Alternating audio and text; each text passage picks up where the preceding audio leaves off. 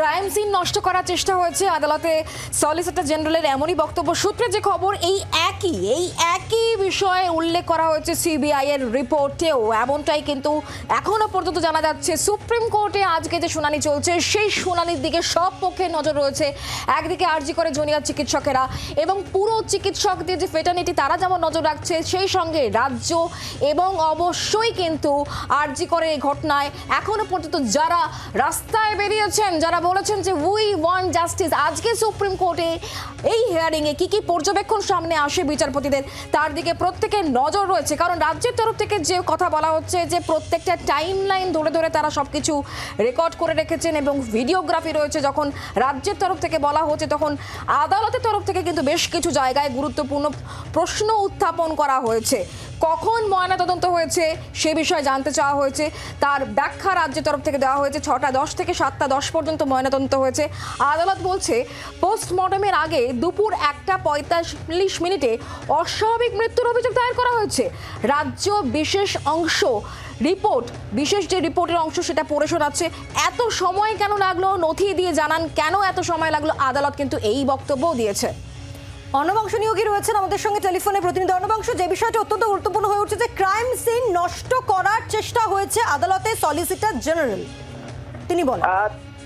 দেখো পয়েন্ট একদমই গুরুত্বপূর্ণ, যেটা লাস্ট বলছিলাম আমরা যে বিশেষ কিছু রিপোর্টে উল্লেখ রয়েছে, যেটা দেখে প্রধান বিচারপতি বললেন দিস ইজ ট্রু, অর্থাৎ সেটা কি সত্যি। আদালতে দাঁড়িয়ে আজ সলিসিটর জেনারেল তিনি স্পষ্ট করে বললেন যে ক্রাইম সিন অর্থাৎ ওই বিল্ডিং এর যে সেমিনার হল সেখানে ক্রাইম সিন নষ্ট করার চেষ্টা চলেছে। অর্থাৎ সেই জায়গায় দাঁড়িয়ে কখন কি হয়েছে, যে রেনোভেশন সংস্করণ, এই যাবতীয় কিছু কিন্তু রিপোর্টে উল্লেখ আছে, এমনটা সিবিআই সূত্রে খবর। অর্থাৎ যে রিপোর্টটা আজকে কলকাতা হাইকোর্টে প্রিলিমিনারি রিপোর্ট জমা দিয়েছে সিবিআই, সেই রিপোর্টের মধ্যে কিন্তু সবকিছুই উল্লেখ রয়েছে।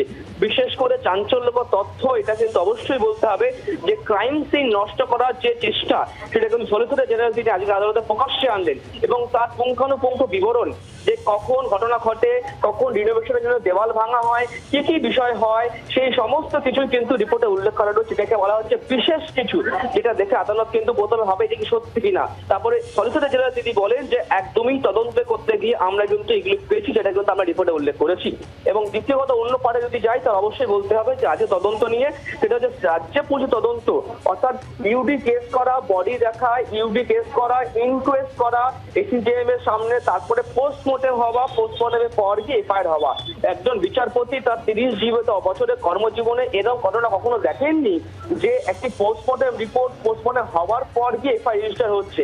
অর্থাৎ সেই জায়গায় যে যুক্তি দিচ্ছে রাজ্য সরকার, রাজ্যের আইনজীবী কপিল সিব্বাল, যে একজন অফিসার তিনি ঘটনাস্থল থেকে ফিরে থানায় গিয়ে তথ্য বা এফআইআর নথিভুক্ত করেছিলেন, এই যুক্তি আদালত মানতে চাইছে না। আদালতের স্পষ্ট এক সেন্টেন্স যে এই যুক্তি কোনোভাবেই গ্রহণযোগ্য নয়।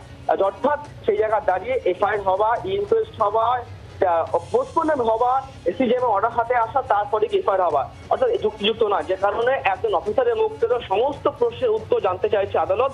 এই আগামী শুনানিতে সম্ভবত একজন পুলিশ অফিসারকে, যিনি এই তথ্য সম্পর্কে বা ইনভেস্টিগেশন সম্পর্কে যথাযথ আছেন বা তিনি জানেন, তাকে হাজির থাকতে হবে। তিনি হাজির থেকে সমস্ত প্রশ্নের উত্তর দেবেন। সঙ্গে থাকো অর্ণবাংশ। সুপ্রিম কোর্টের যে শুনানি পর্ব চলছে আবারও শোনাবো আপনাদের। That the information regarding unnatural death was received and registered as case number 861 on 9/8/2024 at 10:10 hours. That's correct. Yes. And this extract is the general diary which the police complete we will after the examine day this is aspect over. and come back to you. It carries various steps that have been carried out during the course of the day. That's right. So that is what I can assure my learned friend, this is not an attempt to muddy the water, to remove the mud from the Mud water, it. because we are dealing with a delicate situation. Somebody's dignity is Oh, lost. come on, we all know that. It's a tragic incident, it's barbaric, and we are on the same side. Your side was But let's laughing. not muddy the waters on. Really unfortunate. The only one point which we also see is that the UD, I'll read out the relevant part. This is at page 74. Accordingly, PO has been cordoned under proper guard. Also, several witnesses were examined and their statements were recorded.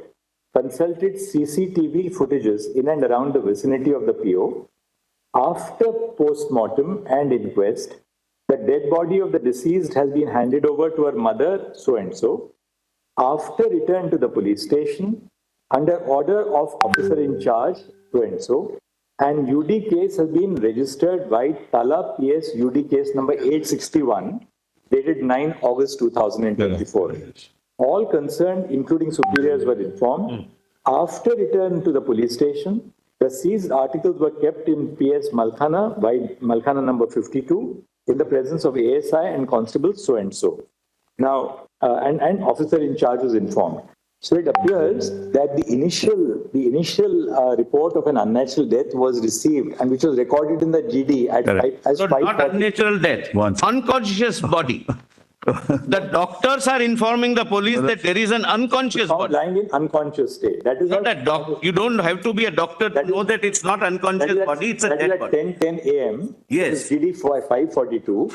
This is from the outpost, Malaz. Right. This information is from the outpost. The unnatural death is Received from recorded police's by outpost. entry 861, after they return to the police station at night.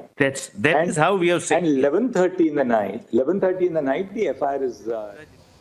এখনো পর্যন্ত যে শুনানি পর্ব চলছে তাতে একাধিক গুরুত্বপূর্ণ বিষয় উঠে এসেছে। তার মধ্যে এমন উল্লেখ করা হচ্ছে যে অস্বাভাবিক মৃত্যুর মামলা হয়েছে সকাল 10:10 কেন এত দেরি, এই প্রশ্ন আদালতের প্রতি মিনিটের ঘটনা উল্লেখ করা হয়েছে, এমনটাই দাবি করা হয়েছে রাজ্যের তরফে। কখন পোস্টমর্টেম করা হয়েছে এই প্রশ্ন তোলা হয়েছে আদালতের তরফ থেকে। সন্ধ্যে 6টা থেকে 7:10 মধ্যে ময়নাতদন্ত করা হয়েছে এমনই বলা হয়েছে রাজ্যের তরফ থেকে। এবং যেটা বিচারপতিরা চেয়েছেন সেটা হচ্ছে তারা ময়নাতদন্তের রিপোর্ট দেখতে চেয়েছেন। এফআইআর হয়েছে, দেহ সৎকারের পর পরিবারকে বলা হয় যে মেয়ে আত্মহত্যা করেছে।